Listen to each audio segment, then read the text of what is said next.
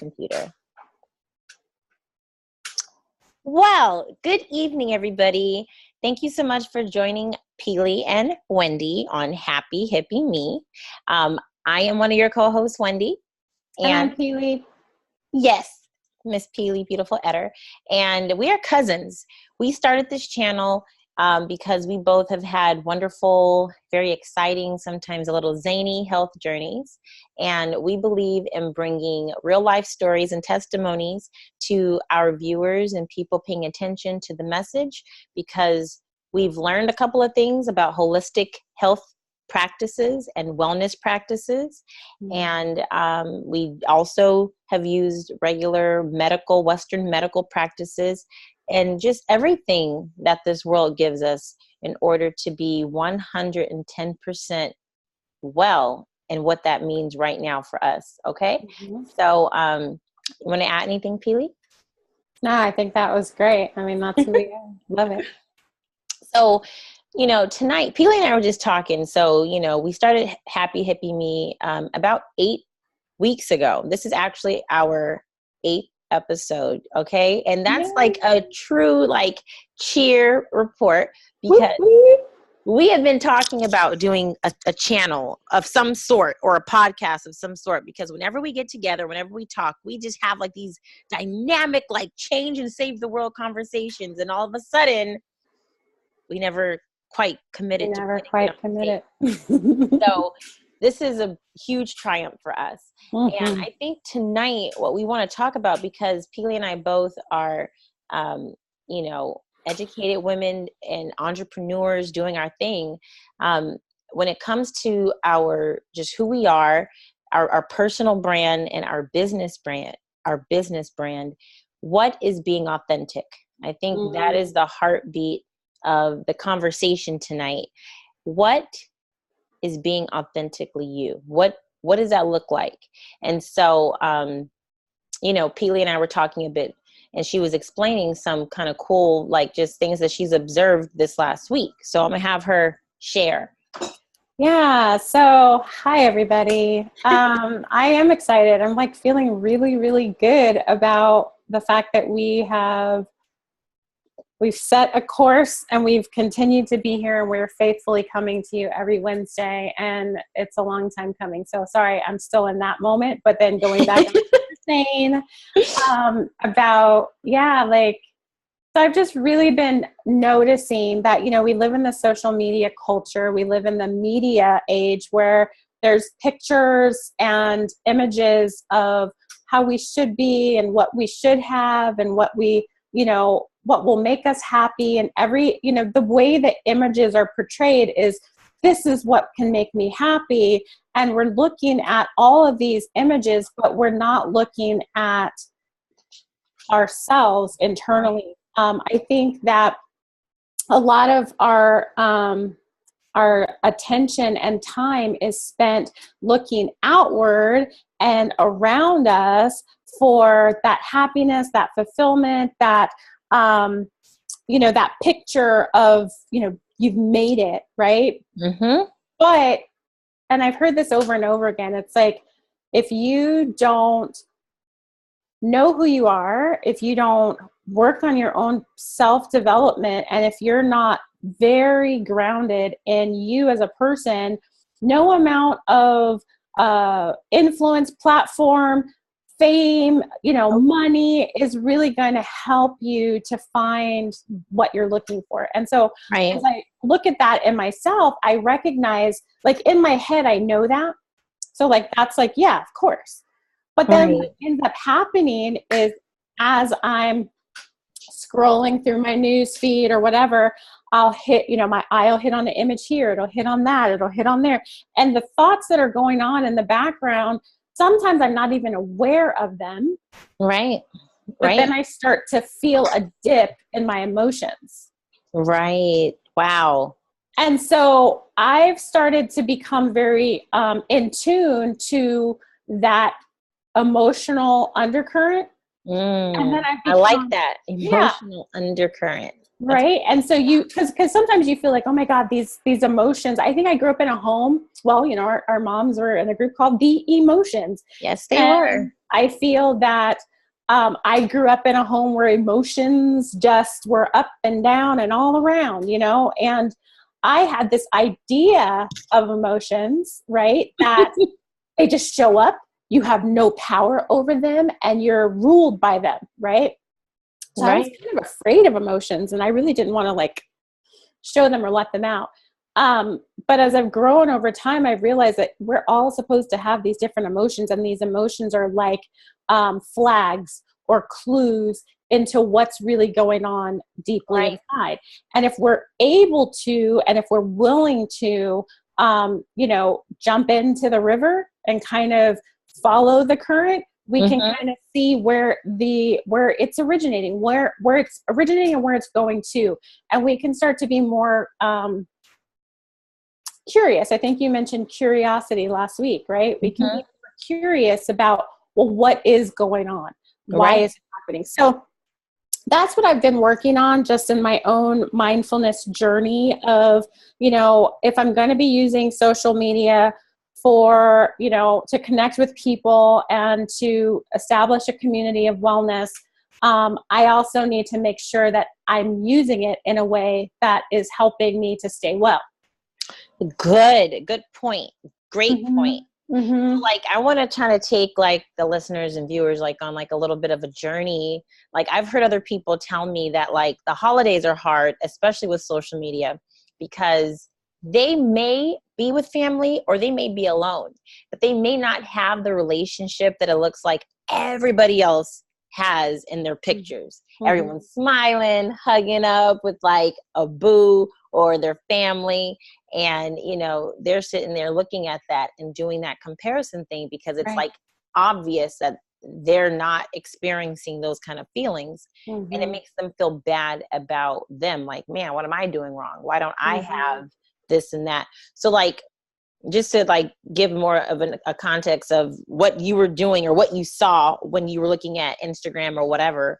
Oh yeah. So like my business is, I'm a yoga teacher. So there's a lot of yoga on Instagram, and I'm also kind of a different yogi. I get a different Insta yogi. Like, I'm really not that into posting a lot of pictures of myself in yoga poses, because it's not a performance, and I do want, I'm a teacher and I like to help and guide people through their practice. And I also feel that, my practice is sacred.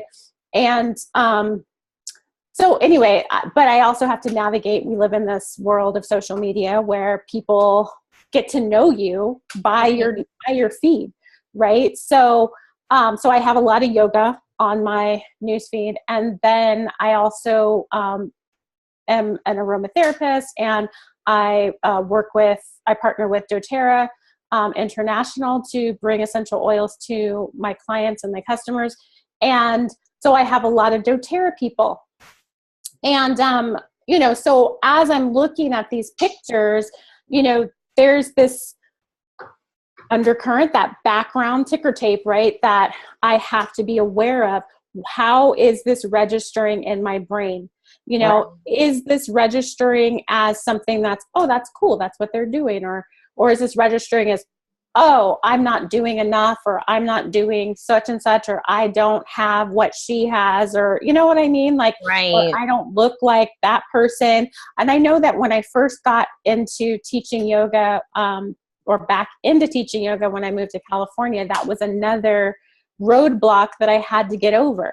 I had to get over the fact that like I had, I was 1.5 years postpartum, I didn't have my yoga body, whatever that means, Right. and really it was before the body positive movement, so it was kind of like, I was afraid really to go up to a yoga studio and say, hey, I'm a yoga teacher. Can I teach for you? Because I'm like, I'm not a 20 something with rock hard abs and, long blonde hair. And like, Right. there was just all Right. these things that in my mind, I didn't tick off the list. Right. But I had to I had to stop telling myself that story. I had to overcome that story. so that I could bring my gift to the world, because to the people that I've been able, not to the world, but to the people that I have been able to help. That was one of the first things I had to do. And so as I've been on social media, there's been many times that I've said, I'm done with social media. I'm taking it off my phone. I'm not doing this anymore, Right. and I'm sure the cleanse, right? The detox. And like, we've all probably gone through it a couple different times. But really, and then, we've shared before that I struggled with depression and anxiety. So that was also a factor, right? It's like, if this is not helping me to grow, then if this is helping me if it's not helping me to lift up out of the pit, then I don't need to be there, right? If it's reinforcing negative thought patterns, then I need to stop it. I need to cut it off. Right. But then how do you do that when you still want to be accessible, you still want to be found, you still want to connect, you still want to develop a tribe, you still want to engage with the wellness community? Right. So these were the questions that I had. And so I began to use it as an opportunity to train my mind to be aware of how am I feeling and how are my thoughts affecting my emotions. Right. How are my thoughts creating the emotions that I'm experiencing right now? And if I can do that, then I can short circuit the whole cycle of thoughts, emotions, actions, right? Mm-hmm. A lot of times we end up thinking something, then we have an emotion about it, and then we act on it, and then we live in this loop, right? Right. And we're kind of like, why do I keep doing these same things? Because we haven't figured out what is the thought or what is the story that I'm telling myself that's leading me down this path. Right. So it's actually been a helpful little journey. Being aware of it was the first step. Right. I mean, and so like in being authentic, I think that's part of the journey. Like all of our authentic journeys and who we are is sometimes getting to a point of comparing or having some sort of something occur that makes us have a little bit of doubt, a little bit of wondering. I know that before we got on camera, we were talking, and you mentioned that sometimes you go, wow, maybe I should be doing that. But then there's that question of, wait, am I just being a copycat? And I think another really important part, we all want to be known for our own voice. That is so, so important. And in that same realm, energy is neither created nor destroyed. So it's really tough to sometimes, I think for me, one of the things that I've had to do recently, because I definitely don't want to be ever accused of copying anybody. In fact, I might have an idea, or I might actually say something, and then somebody close to me seems to have like that same idea like a week later. And that'll almost make me like not want to act on doing the song, doing that topic, doing whatever, because I don't want to be labeled a copycat. But I really had to get out of that frame of mind, because at the end of the day, you're going to attract probably people that are more like you than not like you. And there's, depending on the era that we're all living in, if everyone is living a similar experience of figuring things out and highs and lows, some of these lessons that we're learning are very, very similar. They're going to be very similar. What makes it unique is how you look, where you come from, your only Peely personal experiences, just like my only I am Wendy with an I personal experiences of what this life has shown me. And I could be talking about being resilient, what I did to, get over, the chemotherapy brain fog, which is something that anybody who's ever dealt with chemotherapy, they've had to probably deal with brain fog. So that's a common topic. But me talking about it, looking the way I look, with my voice, with my background, is going to affect whoever it's supposed to touch in a unique way. Yeah. So I guess that's one of the ways that I have started to kind of give myself permission to just move forward in confidence in the meanness that is me. And then I guess the meanness that is we, to an extent, because we're all this, I am every woman. We, energy is neither created nor destroyed. That came to me just the other day. I was like, wow, we're all living in this time in a very similar human experience. Mm-hmm. So what I'm dealing with, to an extent, this person over there who I've never spoken to, they probably are dealing with similar things as well. They may not express it the same way. Yeah. And the isolation that you feel, like we usually feel the most alone when we don't see someone who is mirroring or living out the same experience that we have. So, when you feel like I am the only person that looks like this, talks like this, acts like this, thinks like this, it's a very isolating feeling. But then when you meet other people and you're like, oh my God, like you think that too? You're like that. You're just like me. Like, and then you're like, I love you. Right. Exactly. We are wired to to want people to be like us, right? Or we are attracted to other people who are, who have similar qualities that we have or that we find appealing. Right. And so, so there is a level of, we're definitely always evaluating people that we meet on, how do I fit? How do I fit? How would we be able to understand each other? Would we be able to connect on any kind of level? But I think what's hard is that when you're looking at a picture on the screen, you don't get that ability to really dialogue and flesh out. So you're just getting a snapshot of that moment, right? So it's like, I think about, oh man, what was it? I saw, it was like a picture and you could see, I think it was like probably on the news or something like that. And it might have been Melania Trump. But anyway, you see her like smiling, and then as soon as the camera's not on her anymore, it's like, right? Wow. And so if all we saw was the first picture, right, and we're like, oh my God, like that person just lives the life, is so happy, has it all together.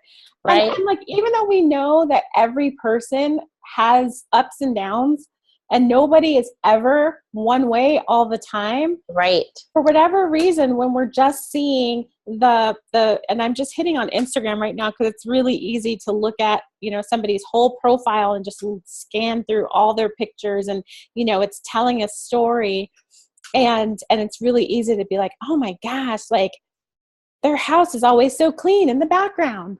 Or, their hair is always so shiny. We got one shot, if y'all notice. The rest of that, I'll play it exactly. Like, it's like white wall. That's it. That's all you're getting,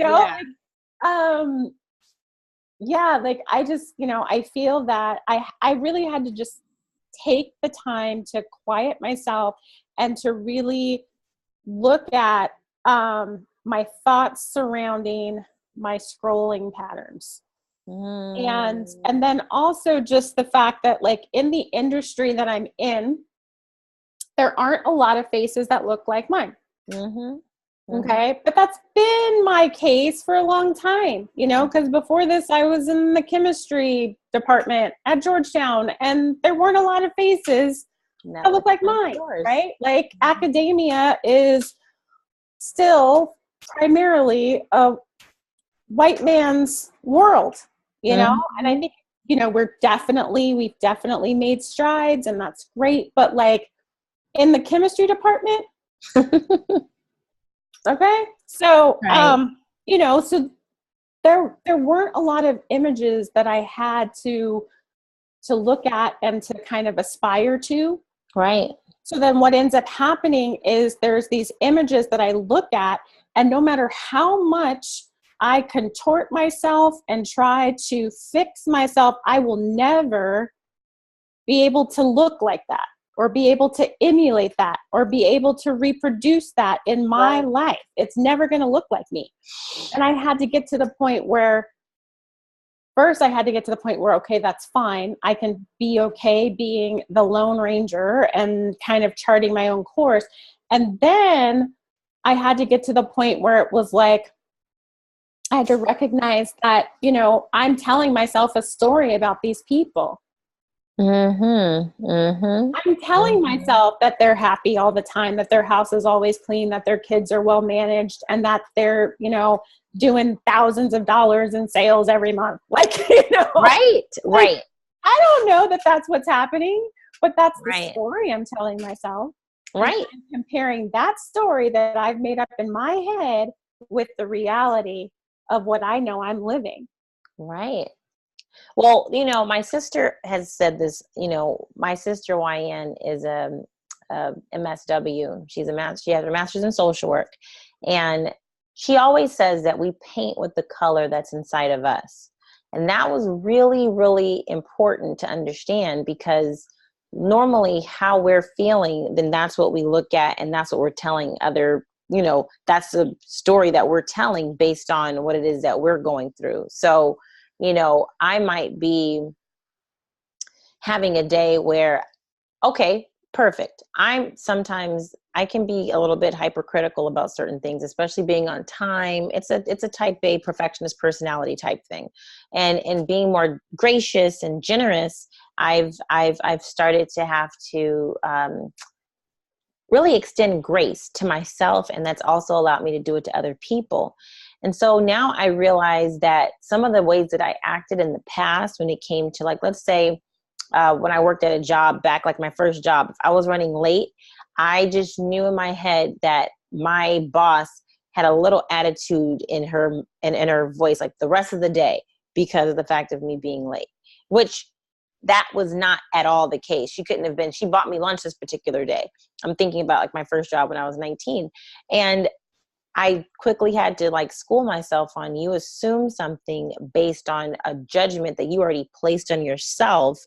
And then you let that color what this person was doing, which was not what they were doing.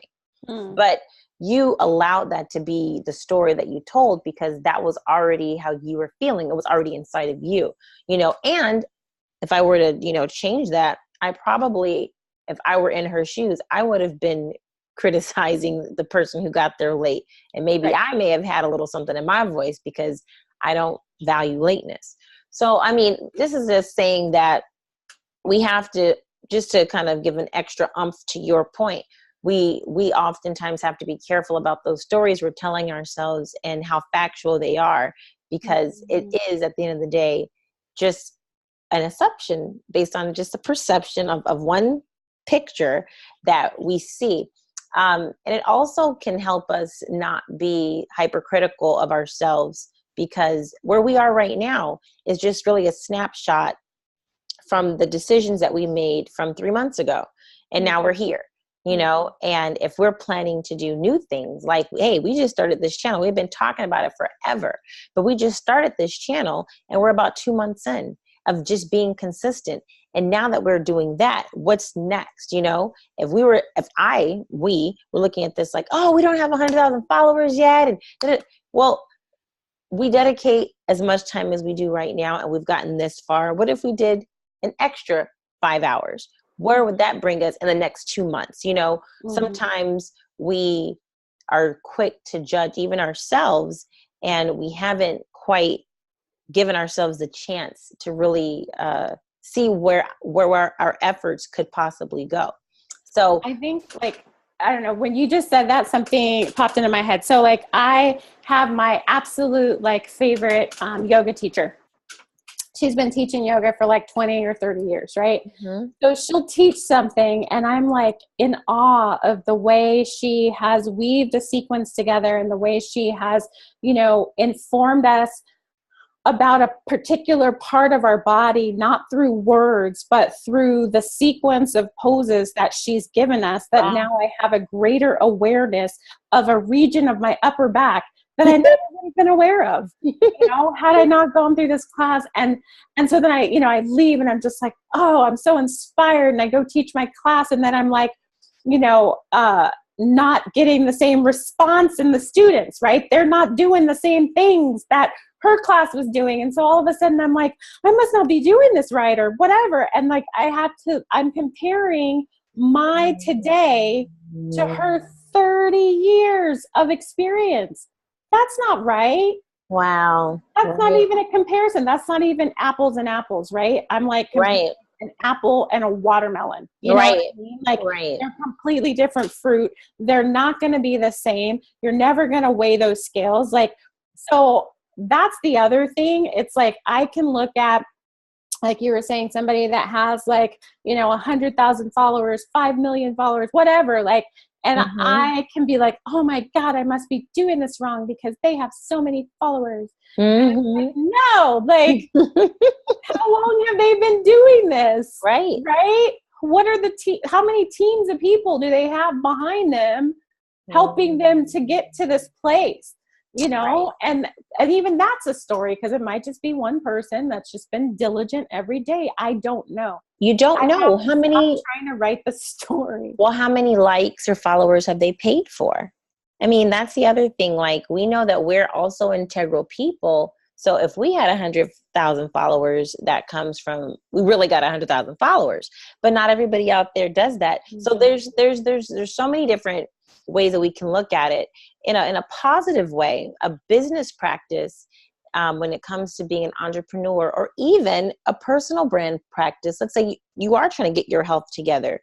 Are you going to look at pictures of people who are where you're aspiring to go to, or who are maybe where you are, or maybe not even where you are health-wise?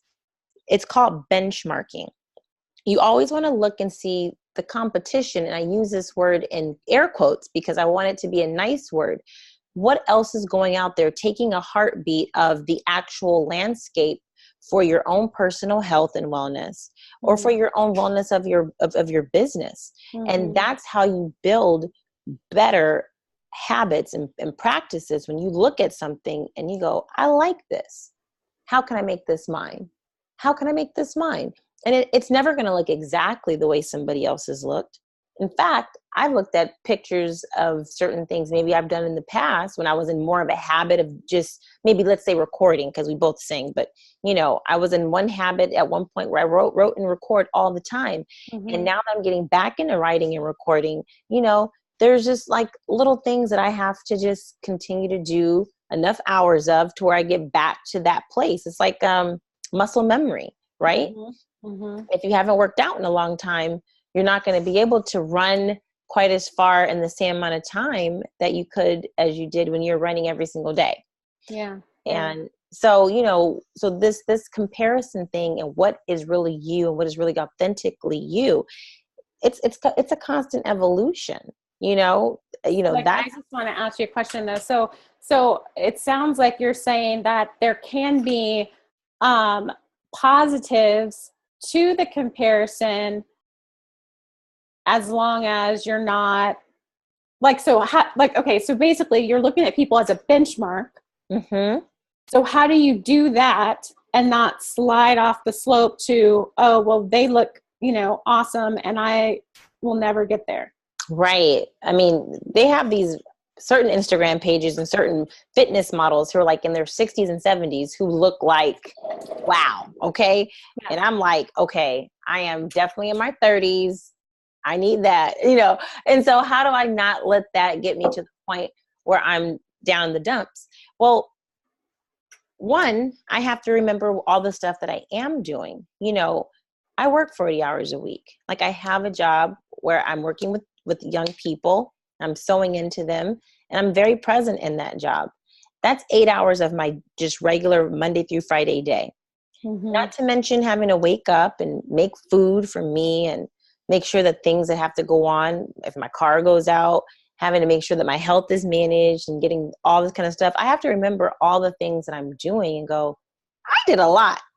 Yeah. I did a whole lot, and I still made sure to do this and keep this promise to myself and that promise to myself. I didn't used to be able to do that. because I was so forward thinking on hitting the goal, I didn't necessarily take into account all of the milestones that I was hitting. Because, I know people who never have a clean room because they don't really care about washing their clothes, but I care about that kind of stuff. Or, putting stuff straight and having some kind of order in the house. And guess what? I got to do it at this point, and it takes time. And it makes me more excited about just coming home when that's done. But that means that probably was time that maybe I could have been spending going to the gym, working on my business, or creating my website that has been a long time coming. And sometimes I can get frustrated and overwhelmed, but I have to remember that I had to, or even this is where people get, I think, in trouble when they're not able to rest. You feel guilty for resting because there's some part of your brain that goes, I know I need sleep, but I could be using this time to ... fill in the My blank. husband is that person. So like he literally cannot sit still. It's like a weekend and I'm like, I'm laying in the bed. Bring me a cup of coffee. I'm scrolling on my phone. I am taking a break, right? Right. And he like is just up and buzzing around and cleaning and getting laundry started and writing down the laundry list and planning for the next week. And I'm just like, can you sit down? But he can't. And that's his personality. He can't. I'm the kind of person that if I put in a good long day of effort in my, my business, or I've taught 3 classes or whatever, the next day I need to recoup. Yeah. And I take that seriously for me because I know a lot of yoga teachers burn out. Right. They burn out, their bodies burn out. And, you know, it's something that I want to do for a lifetime. Right. Not just a season. And so I do have to be aware of the cues that my body is telling me. And I listen to that. But I do sometimes wonder, I'm like, oh, I don't want to tell people that I'm, napping in the middle of the day, but that is what I need to do. Yes. And that's my self-care. That's my free self-care. Whether it's I lay on the floor and I put my legs up on the couch or, legs up the wall, or whether I'm laying over couch cushions in child's pose, whatever I need to do to restore and rejuvenate, that's what I have to do. And, my husband like laughs at me because I'll just be lazing in the bed and he's like, are you planning to get up today? And I'm like, in a moment, I am recuperating. And that's one of the things, like when you're coupled with somebody else, like it's different when it's just like you're only dealing with like your frequency. Yeah. When there's others in the house that you have to like manage and, they're maybe on a different one than you are at the moment, that can sometimes be a bit of a challenge. And even you can sometimes, I'm not saying that this happens to you, but sometimes, if you're not kind of on that same wavelength with the people around you, you can kind of feel guilty. Like if you're like in high power mode and like they're chill, then you can be like, like what's going on with them? And, I wish they were up here, like, either chill with me or like high power, like doing stuff. But, we have to be okay with letting people be who they are. So that's what that is. And we have to be okay with letting ourselves be who we are in that moment, because I'm a pretty happy-go-lucky person, but I would judge myself when I would get angry. Like when I get angry about something that someone did, I would get angry by the fact, let's just say someone came and kicked me in the shin. I'm angry that this person kicked me in the shin. Now, if this is someone I love typically and I normally have high regard for, now I'm mad because I don't feel I can be mad at them for kicking me in the shin. So I'm mad like in 2 ways. I'm like, I can't be mad because I'm supposed to be happy. It's like you're going through like this, you have to let yourself have your emotions. And if you're having a bad day, that doesn't mean you're a bad person. Be that, look, I just need some time. Sorry, I need some time. All right, thank you. And and don't feel guilty about that. That taking those times and being honest and authentic with yourself in those moments will keep you from going postal. I don't So know if that's PC. why Sorry. are people afraid?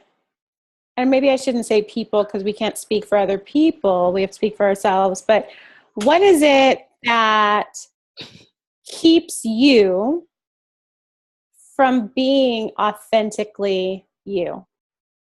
Oh, people pleasing. Wanting Okay. people to feel happy with me and wanting to be accepted. Mm-hmm. Belonging is like the second or third level on, Your love language? well, no, on that hierarchy of needs. I think it's Oh. love or something. So Mm-hmm. belonging and being accepted is a big deal. So sometimes what we really feel, we know that's not accepted in this part of this clan of this whatever. Yeah. So you try to make yourself fit. Yeah. Yeah. Mm-hmm.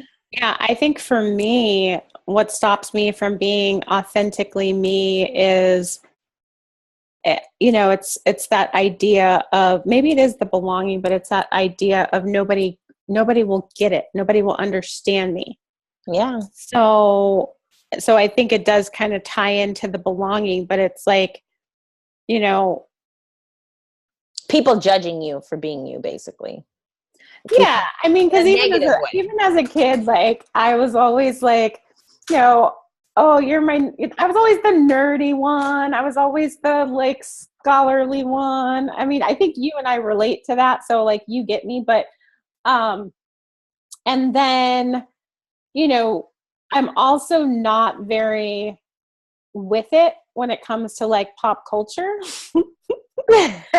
I mean, in 2005, I don't know. Did you know who R. Kelly was? I don't remember, but Okay, so like no, but like literally, like we're in a family of musicians who are in the music business, and like even my dad gives me like side eye when I'm just like, I don't know who. I'm not even gonna say who. I don't know who it is, but just know that but pretty much anybody who is currently a singer, songwriter, whatever, I don't know who they are.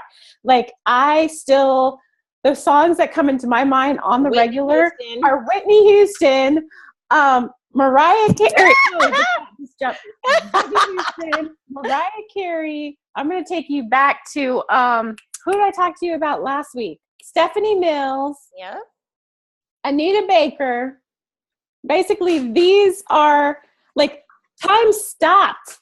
Time stopped. And then I'll go back a little bit too, so I'll listen to, the things that happened before I was even born, the musicians that Minnie Riperton, like Well, basically, if see, I so you can. had Christian because you were a music director So for yes, so a then ministry. so basically, if it's not a Christian contemporary artist or an artist that was popular before I was born, or like then I don't know. Okay, or now it's like every Disney song because Well, I have a child, and so basically but you are Disney. I am Disney. So, guys, this is what I'm saying. So, I remember me just being authentically who I was at one point at one particular place where I worked. People really, were not able to accept it because they just didn't believe it. Like, Oh, why are you and so nice? Are you really this nice? guys, let me tell you, it's awful.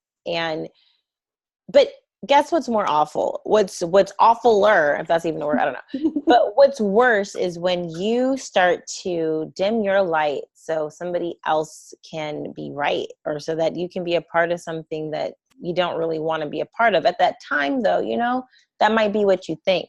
You might think, okay, let me go ahead and do the same splits and wear the same little yoga booty shorts that everyone else is wearing so I can get 100,000 followers. But eventually that type of going, if that really truly isn't you, and I have nothing against that kind of style, if it's truly who you are. If that's you, but if you're doing it just to get followers, then that's a problem. I actually was telling my sister this, and we have a relative who's super like what people would consider superficial. Got to have a banging car, you know, you know, got to be priced out with all the name brand this and that. And some people would like to call her superficial, but I had to say, well, is she being superficial if this is really what she wants and what she's attracted to and what she desires And what's important to her. Yeah. and what's important to her.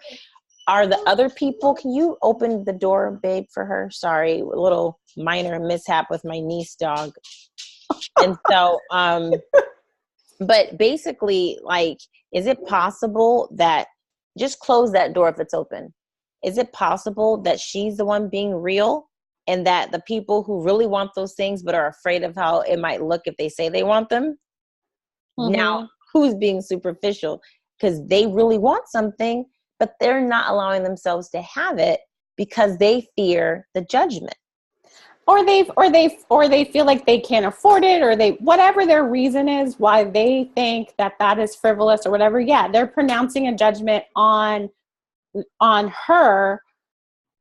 But I feel like it's a lot of times because we are telling ourselves, you can't have those things. And so then we don't want to see other people around us having the things that we want. You are a badass at making money. Talk a little bit. That audiobook is so amazing. Jen Sincero, the Badass series. I started with You're a Badass, so stop conquering and start living in your greatness, something like that. And then we did You're a Badass, at making money, and really kind of getting around those ideas in your head that stop you from going after the things that you want because you tell yourself, well, I can't afford it. I'll never be able to have. And like, I recognize I live in an area, and even I grew up in an area that was very affluent. And people, there was a lot of haves in the area that I grew up in, and in the area that I live now, there's a lot of haves. I think the difference between where I grew up and where I am now is that there's a lot of haves, but you can go 2 blocks over and see a lot of have-nots. Right. So there's an intersection of that, which I actually really appreciate. Right. But at the same time, I can find myself driving through the haves neighborhoods and being like, oh my God, like, and hearing myself say, I will never have this kind of thing. And it's like, well, yeah, you won't, because you keep saying that. Do you remember this game? That's the first place to start. Do you remember this game back in the day they used to play in elementary school called MASH? MASH stood for mansion. Well, the M was mansion, apartment, shack, and house. Yeah. And I remember so many of my friends, little boys, little girls, just playing this silly game. It actually popped up on Twitter the other day. It was hilarious. But anyway, long story short, so many people didn't want the mansion because they had already understood in elementary school that wanting something, daring to want something that was that big and grand and superfluous was something that was a negative. That they knew they didn't want the shack, but they were okay with the apartment or the house because that was a moderate want.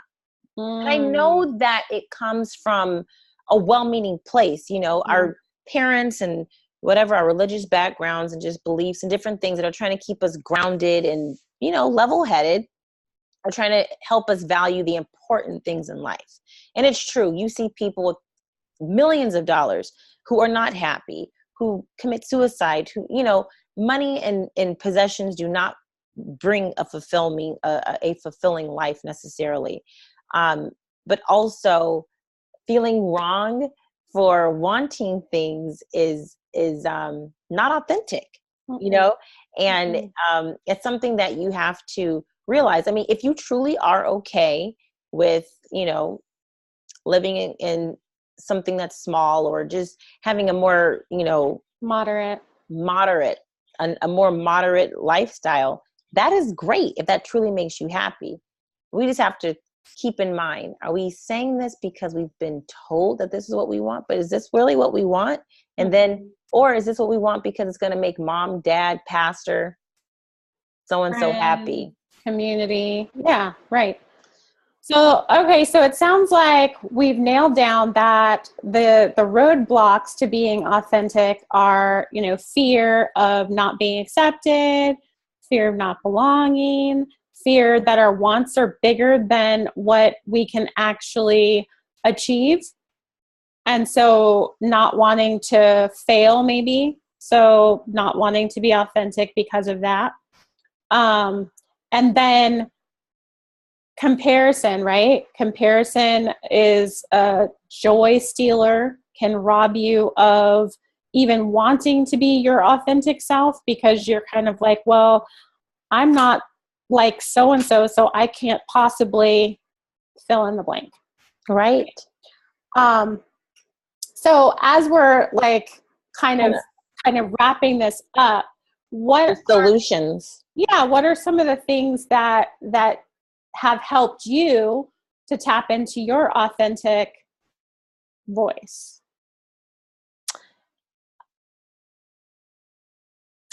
Well, I guess one of the things is really taking compliments.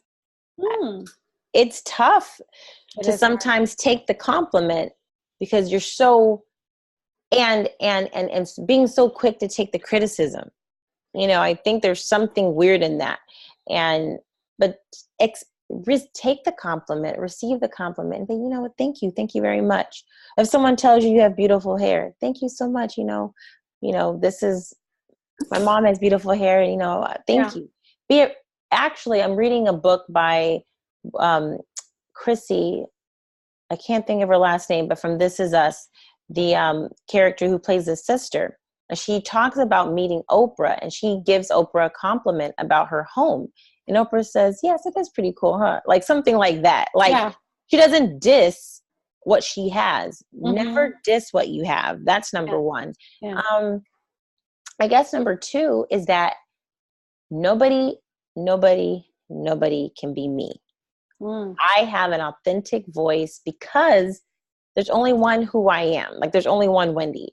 And so even if I tell somebody something, when they relay that message to whomever else, it's going to come with a different, efficacy and power than when it comes from me. And that's not a competition thing. That's just, it is what it is. So we have to really learn to love who we are, flaws and all. And I guess those would be, was that like 3? Yeah, that's good. So not being afraid to be who you really are and loving your uniqueness. And loving your authentic, unique, only one of a kind voice.